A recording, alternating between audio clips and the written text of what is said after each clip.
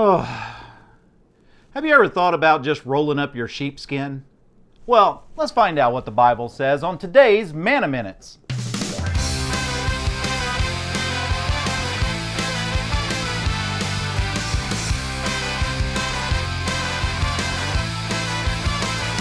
Well, welcome to the program. If you're just out there on the worldwide interwebs today searching for weird metaphors, I think I've come up with about one of the weirdest metaphors I could reasonably think of. And I know this because I was on the worldwide web internet thing today, and I was on the Google search engine, and I was looking for metaphors, and I typed in, what is a metaphor? And before I could even finish, Google responds, a meta's for feeding cows.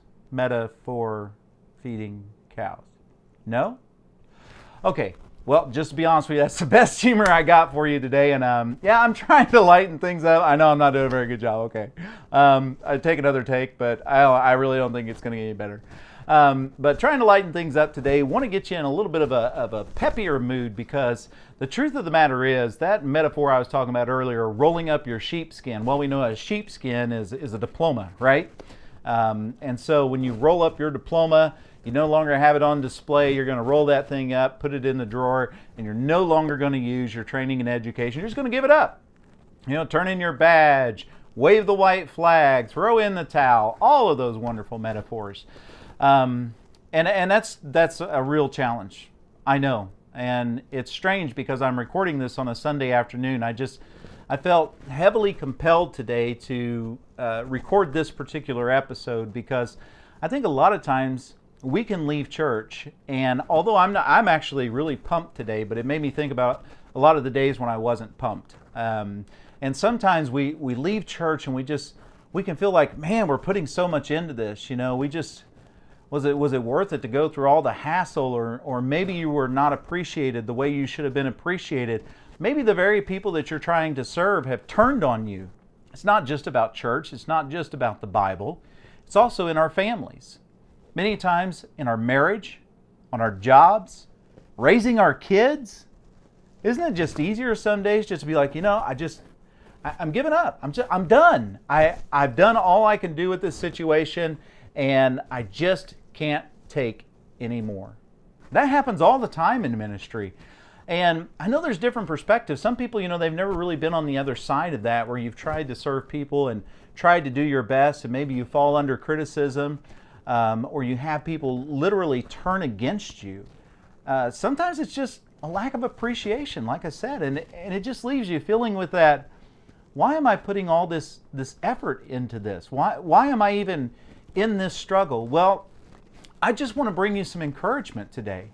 I want to remind you that not all days are like that. Sometimes those things, they string together. I mean, you can get down in the well of a really difficult challenge and just feel invisible, feel attacked for trying to solve problems.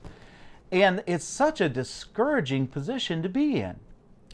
Well, I want to point you back into 1 Samuel, because there's a fellow by the name of David, and he's had pretty much that scenario going on for a very long period of time now. He's gone out and killed the giant Goliath, and he's won these campaigns. He comes back, and the king tries to kill him, right? I mean, you would think, right, he's a hero, but no, the king tries to kill him. That happens a couple of times, and he's in exile from his country. He's trying to make friends with an enemy country just because he's out with this group of rabble. And they come back to their base camp.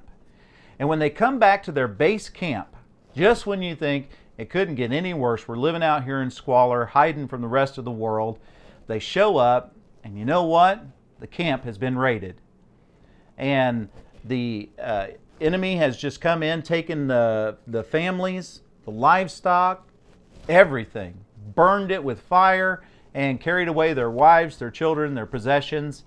And the men were so discouraged that the Bible tells us they actually wanted to stone David. As a matter of fact, let's pick up in 1 Samuel chapter 30, verse 6. And David was greatly distressed, for the people spoke of stoning him, because all the people were bitter in soul, each for his sons and daughters. but David strengthened himself in the Lord his God. What a powerful testimony right here from the Bible. Now, I'm going to give you a little bit of a spoiler alert. What David doesn't know is that in a very, very short period of time, Saul is going to be killed in battle. And David is going to rise to the political forefront. But in this particular moment, the people were so bitter in soul that they wanted to take up stones and kill David. Now, David's doing the best he can. He's already been anointed to be the next king of Israel. Sure doesn't look like things are working out too well. I mean, he's already been ran off. He's already as far out in the wilderness as I think he can get. And I'm sure when this event happens and the people are talking about stoning him, he doesn't have a friend left in the world. No reason for hope except for the fact that God has given his promise to David. And that's where David comes back and encourages himself. See, the opposite of discouragement is encouragement. We can look for all kinds of outside sources for encouragement, and sometimes it's just not coming.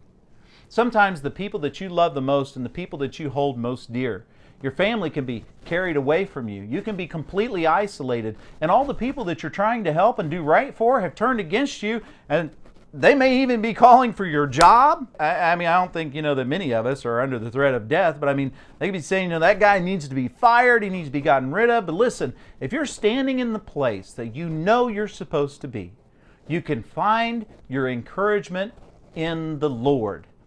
Now, I've talked about some very general things here, and then I want to move to the specific, going back to especially that aspect of trying to serve people. And we can call that ministry because the word minister means servant. That's what its real definition is. It can be so easy to get discouraged.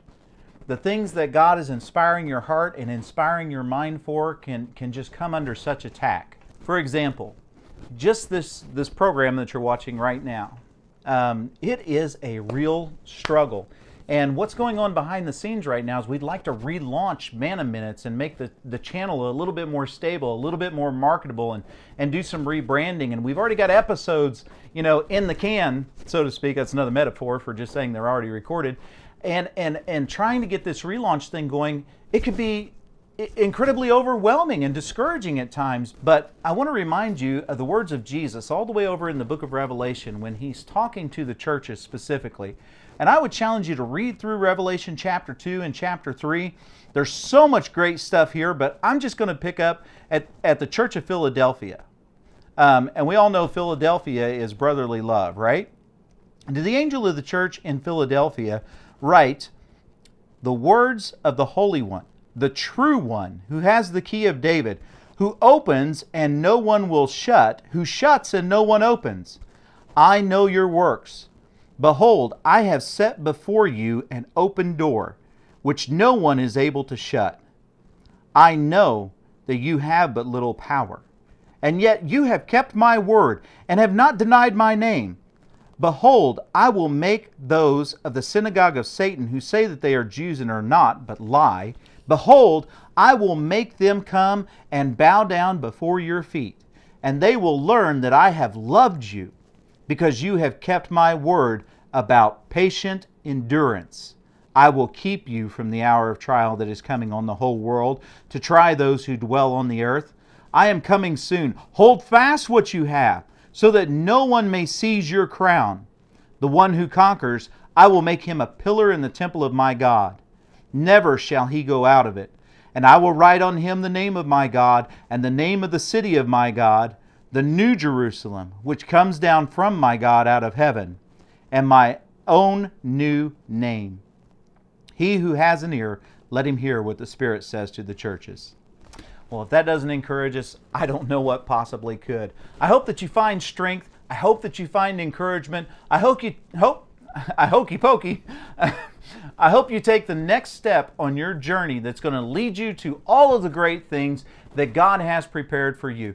Don't give up. Think of David. Think of the words of Jesus and keep pressing on, because we're all in this together and we all have the word of life to hold forth as an answer to the problems of the world. Thank you for joining me today. As always, remember to be good, have fun, do it in that order, and look forward to future episodes of Manna Minutes, as soon as.